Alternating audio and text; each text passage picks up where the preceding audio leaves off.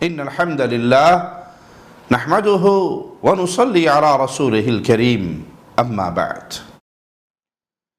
اہل ایمان کے لیے سب سے قیمتی دولت ایک اللہ کی محبت ہے، اور اس کے بعد اللہ کے بھیجے ہوئے آخری رسول محمد کریم صلی اللہ علیہ وسلم کا پیار ہے۔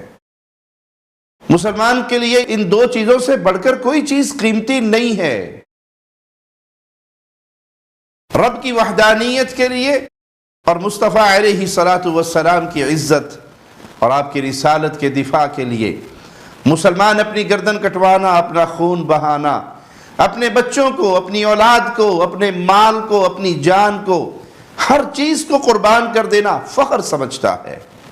میرے آقا علیہ السلام نے جب اپنے صحابی کو بھیجا فلاں قوم میں جاؤ اور میرا پیغام دے کر آؤ، وہ اس قوم کے چوراہے میں کھڑے ہو کے آواز لگاتے ہیں مجھے پناہ دو، میں اپنے رسول کا پیغام لے کر آیا ہوں، اور وہ پیغام یہ ہے قولوا لا الہ الا اللہ، لا الہ الا اللہ محمد الرسول اللہ کا اقرار کرو۔ ایک مشرک پیچھے سے وار کرتا ہے، نیزہ مارتا ہے، جو ان کی چھاتی سے پار ہو جاتا ہے، زبان سے آواز لگاتے ہیں فزت برب الکعبہ، کعبے کے رب کی قسم میں کامیاب ہو گیا۔ دنیا کے اندر جب جہاں جو بھی اللہ مالک کی توہین، میرے رب کی وحدانیت پہ ڈاکہ ڈالنے کی کوشش کرے گا، یا رسول اللہ صلی اللہ علیہ وسلم کی گستاخی کی کوشش کرے گا، تو پوری دنیا کے مسلمان تڑپ اٹھیں گے۔ مسلمان ہر طرح کے خسارے کو برداشت کر سکتا ہے، لیکن اللہ اور اس کے رسول کی عزت پر آنچ آئے، مسلمان زندہ رہے، یہ ممکن نہیں ہے۔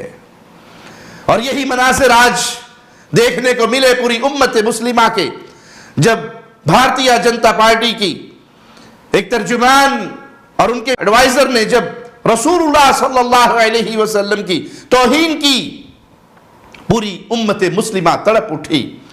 عرب ممالک، عجم کے ممالک، اہل اسلام وہ اس ظلم کے سامنے کھڑے ہو گئے کہ ہم سب کچھ برداشت کر سکتے ہیں، اپنے آقا علیہ السلام کی طرف اٹھنے والی گندی انگلی کو کبھی برداشت نہیں کر سکتے۔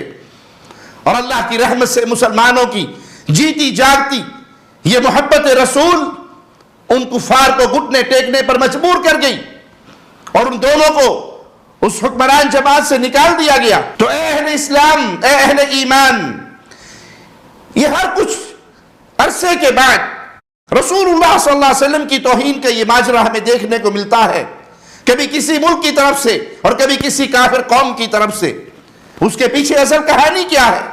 یہ لوگ اسلام سے خوف زدہ ہے، یہ آقا علیہ السلام کی توہین کیوں کرتے ہیں؟ کیونکہ یہ پھیلتے پھلتے پھولتے ہوئے اسلام کے درخت کو برداشت نہیں کر رہے، جس کی ٹھنڈی چھاؤں کے نیچے کفار کلمہ پڑھ پڑھ کر مسلمان بن بن کر آ کر بیٹھ رہے ہیں، اس لیے یہ توہین کرتے ہیں۔ تو ہمارے ذمہ کرنے کا کام کیا ہے؟ ان کفار سے انتقام لینے کا اصل اور صحیح ذریعہ کیا ہے؟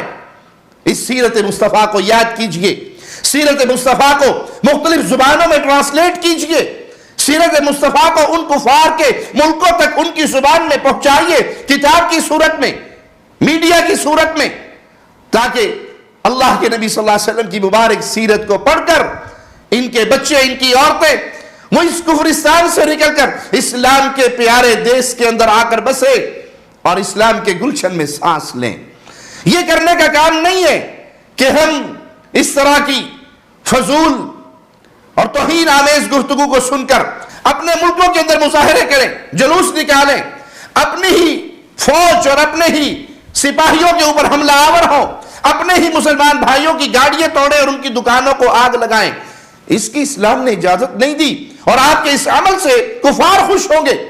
آپ کا مسلمان بھائی نقصان میں جائے گا، اس کا خسارہ ہوگا، اس کی معیشت، اس کی دکان، اس کی گاڑی، اس کا کاروبار برباد ہوگا، تو نہ اللہ راضی ہوگا، نہ اس کا رسول آپ سے راضی ہوگا، نہ اسلام کی تعلیمات کے مطابق آپ نے عمل کیا، بلکہ آپ نے کفار کے راستے پہ چلتے ہوئے مظاہرے کر کے ان کو خوش کیا اور اپنے مسلمانوں کا نقصان اور اپنے ملک کا نقصان کیا۔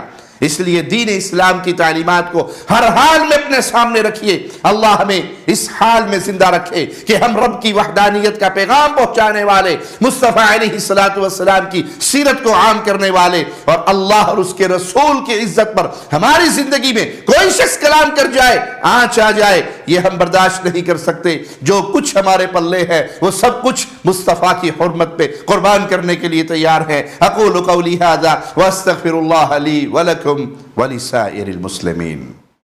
ہر لمحہ قرآن اور سنت کا ترجمان، فضیلت الشیخ توصیف الرحمان.